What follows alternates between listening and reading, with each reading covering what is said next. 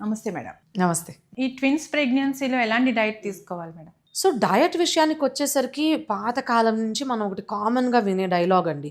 ప్రెగ్నెన్సీలో అంటే ఇద్దరికి సరిపడా తినాలి అని. అవును. అంటే ఏంటి, ఇప్పుడు 4 ఇడ్లీలు తినే బదులు 8 ఇడ్లీలు తినాలనా? Is that possible? It is not possible. డెఫినెట్‌గా క్యాలరీ రిక్వైర్మెంట్ పెరుగుతది ప్రెగ్నెన్సీలో. బికాజ్ బాడీ ఒక బేబీని తయారు చేస్తుంది. ఎక్కువ ప్రోటీన్, ఎక్కువ న్యూట్రిషన్ అవసరం. ఆటోమేటిక్‌గా ప్రెగ్నెన్సీలో చాలామంది వుమెన్‌కి ఆకలి ఎక్కువగా ఉండడం చూస్తాము. సింపుల్ రూల్ ఏంటంటే, మీ ఆకలిని బట్టి మీరు తినండి. ఓకే. ఇప్పుడు ఎంతోమంది మనం చాలా పేదోళ్ళని చూస్తుంటాము. They very well have babies. బేబీస్‌కి కావాల్సిన న్యూట్రిషన్ మదర్ బాడీ స్టోర్స్‌లో నుంచి లాక్కొని వస్తుంది. బేబీకి రావాల్సిన వెయిట్ గాని అన్నీ వస్తాయి. సో, అట్లని మనం డబుల్, ట్రిపుల్ తినేయాలి అని ఆ పాత పద్ధతులే ఇప్పుడు ఫాలో అయ్యి అందరూ బీపీలు, షుగర్‌లు తెచ్చుకుంటున్నారు. ప్రెగ్నెన్సీలో మరీ డబుల్, ట్రిపుల్ వెయిట్ ఎక్కువైపోతున్నారు. సో, ఎక్సెస్ వెయిట్ గెయిన్ వల్ల మళ్ళీ బీపీ, షుగర్స్. అవును. So, it's not necessary. Simple rule. Okay. ఆకలిని బట్టి తినడం. ఫస్ట్ ట్రైమెస్టర్‌లో కొందరికి వాంతులున్న వాళ్ళు కొంచెం దౌర్జన్యంగా తినాల్సి ఉంటది. వాళ్ళకి అపెటైట్ తక్కువే ఉంటది ఆ వామిటింగ్ సెన్సేషన్‌తో. బట్ అట్లని డబుల్ తినాలి ఇలాంటి ఏమి అవసరం ఉండదండి. Same thing applies for twins also. ఇప్పుడేంటి, ట్విన్స్ ఉంటే మళ్ళీ ముగ్గురికి తినాలనా? అలా కాదు గదా! It is not possible. So, నార్మల్‌గా ఒక బాడీని రిక్వైర్మెంట్‌ని బట్టి ఒక ఆకలి ఎంతుంది దాన్ని బట్టి తింటే that is enough. Plus doctor విజిట్స్‌లో మేము చూస్తుంటాం వెయిట్ ఎంత గెయిన్ అవుతున్నారు. సడెన్‌గా ఎవరైనా ఎక్కువగా వెయిట్ గెయిన్ అవుతే మేము వాళ్ళని రెస్ట్రిక్ట్ చేయమని కూడా చెప్తాం కొన్నిసార్లు. Unhealthy foods, fatty foods, sugary foods restrict చేయమని చెప్తాము. వాకింగ్ బాగా చేయండి అని చెప్తాం. ఈ ట్విన్స్ ప్రెగ్నెన్సీకి నార్మల్ డెలివరీ అయ్యే ఛాన్సెస్ ఉంటాయా మేడం? సో, ట్విన్స్‌కొచ్చేటప్పటికి డెలివరీ ప్లాన్ ప్రీ డిసైడెడ్‌గా ఉండదండి. లాస్ట్‌లో 9వ నెల వచ్చినప్పుడు మేము ట్విన్స్ పొజిషన్స్‌ని అసెస్ చేస్తాం. సో, ట్విన్స్‌ని ఎప్పుడు మేము ట్యాగ్ చేస్తామనమాట. ఫస్ట్ ట్విన్ ఏది, సెకండ్ ట్విన్ ఏది అని. అంటే గర్భసంచి ఎంట్రన్స్ దగ్గరికి ఏదైతే బేబీ పార్ట్ క్లోజెస్ట్ ఉందో ఆ బేబీని ట్విన్ 1గా లేబుల్ చేస్తాం. కొంచెం దూరంగా ఉన్నది ట్విన్ 2 అయిపోతుంది. సో, ఈ బేబీ ఏదైతే ద్వారానికి దగ్గరగా ఉందో ఆ బేబీ హెడ్ డౌన్ అంటే సెఫాలిక్ పొజిషన్ అంటాం. హెడ్ డౌన్ ఉంటే నార్మల్ డెలివరీ ట్రై చేయొచ్చు. Okay. So, first baby head down ఉంటే నార్మల్ డెలివరీ ప్రయత్నాలు చేస్తాము. నార్మల్ డెలివరీ అవుతాయి కూడా. కానీ ఫస్ట్ బేబీ బ్రీచ్ డౌన్ అంటే బటక్ డౌన్ ఉంటే, లేదా 2 బేబీస్ అడ్డంగా ఉండి ఇలా సిచ్యువేషన్స్ ఉంటే మాత్రం there is no scope of a normal delivery. అప్పుడు వాళ్ళు స్ట్రెయిట్ అప్ సిజేరియన్స్ అవుతుంటాయి. అంటే ఈ ట్విన్స్ ప్రెగ్నెన్సీ అనేటప్పటికి డెలివరీ టైంలో రిస్క్ ఫ్యాక్టర్స్ ఎక్కువగా ఉంటాయని చాలామంది భయపడుతూ ఉంటారు. నిజమేనా మేడం? సో, ట్విన్స్ అంటే ఏంటి, ఇద్దరు పిల్లలు ఉండడంతో గర్భసంచి చాలా ఎక్కువగా పెద్దదైపోతుంది. మామూలుగా సింగిల్ బేబీ ఉన్నప్పుడు మనం 2.5 కేజీల నుంచి 3.5 కేజీలు రేంజ్‌లో చూస్తాం ఒక baby size, weight. If 2 babies ఉంటే 2 కేజీస్ అబవ్ ఉంటే we are talking about a total of 5 KG almost. Sometimes more than 5 kgs.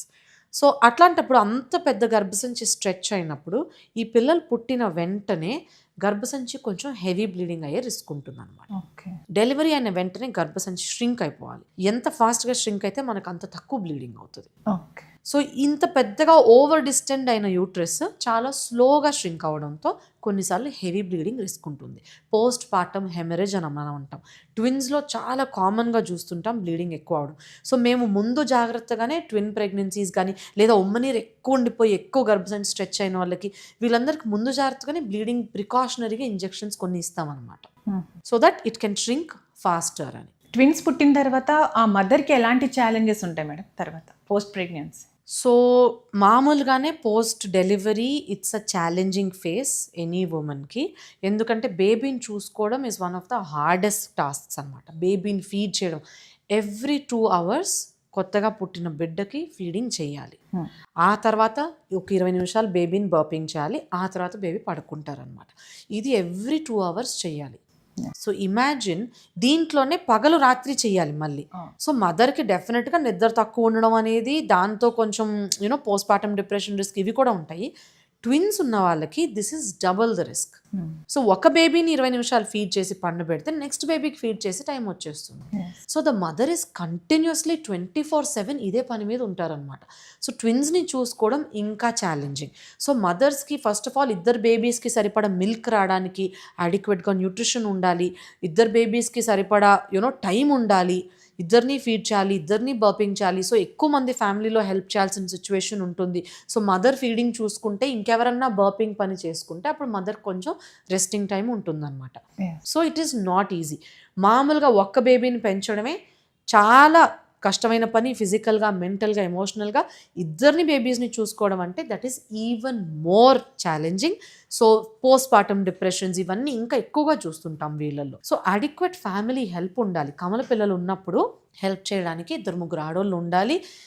బేబీస్కి massage ఇవ్వడానికి కానీ, స్నానం ఇవ్వడానికి కానీ, వేరే ఎవరన్నా చూసుకుంటే ఇలాంటి పనులన్నీ ఓన్లీ ఫీడింగ్ మీద తను ఫోకస్ చేసుకొని అడిక్వేట్గా తను రెస్ట్ తీసుకోవచ్చు అనమాట. బికాస్ తను కూడా హీల్ అవ్వాలి. నార్మల్ డెలివరీ అయినా సిజేరియన్ అయినా కూడా మదర్ బాడీ చాలా సోర్ అయిపోతుంది. తనకే హీలింగ్ జరగడానికి కొంచెం ఎనర్జీ కావాలి, ప్లస్ ఫీడింగ్ చేయాలి. So it's a very challenging phase అనమాట. ట్విన్స్ ఉన్నప్పుడు yes definitely it is much hard. Twins పుట్టిన తర్వాత వారి మెంటల్గా కానీ ఫిజికల్గా కానీ వాళ్ళ బిహేవియర్ ఎలా ఉంటుందంటారు? సో ట్విన్స్లో 2 రకాలు ఉన్నారండి. ఒకరు ఐడెంటికల్ ట్విన్స్, ఒకరు non identical twins. Identical twins అంటే ఇద్దరు ఒకేలాగా చూడ్డానికి సేమ్ ఉంటారు, ఒకే జెండర్ ఉంటారు. అంటే 2 అమ్మాయిలు కానీ 2 అబ్బాయిలు కానీ ఉంటారు. సో వీళ్ళు ఒక పిండం విడుదలయ్యి పుట్టితే వచ్చే ట్విన్స్ అనమాట ఐడెంటికల్ ట్విన్స్ యూజువలీ. ఇప్పుడు 2 ఎగ్స్ ఫర్టిలైజ్ అయ్యి 2 ఎంబ్రియోస్ తయారైతే 2 different pregnancies but in 1 uterus అనమాట. వీళ్ళు నాన్ ఐడెంటికల్ ట్విన్స్.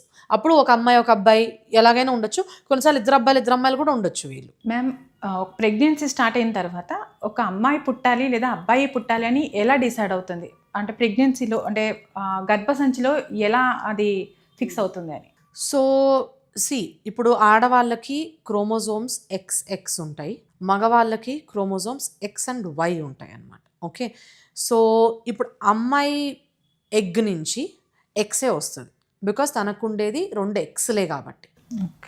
అబ్బాయిలో స్పర్మ్ వచ్చినప్పుడు 2 రకాలు వస్తాయి. కొన్ని స్పర్మ్స్ ఎక్స్తో వస్తాయి, కొన్ని స్పర్మ్స్ వైతో వస్తాయి అన్నమాట. సో సపోజ్ ఇప్పుడు మనం ప్రెగ్నెంట్ అయినప్పుడు ఈ అమ్మాయి చాలా స్పర్మ్స్ వెళ్ళినాయి లోపలికి, ఏ స్పర్మ్ వెళ్ళి ఎగ్ని ఫర్టిలైజ్ చేస్తుందో మనం డిసైడ్ చేయలేము.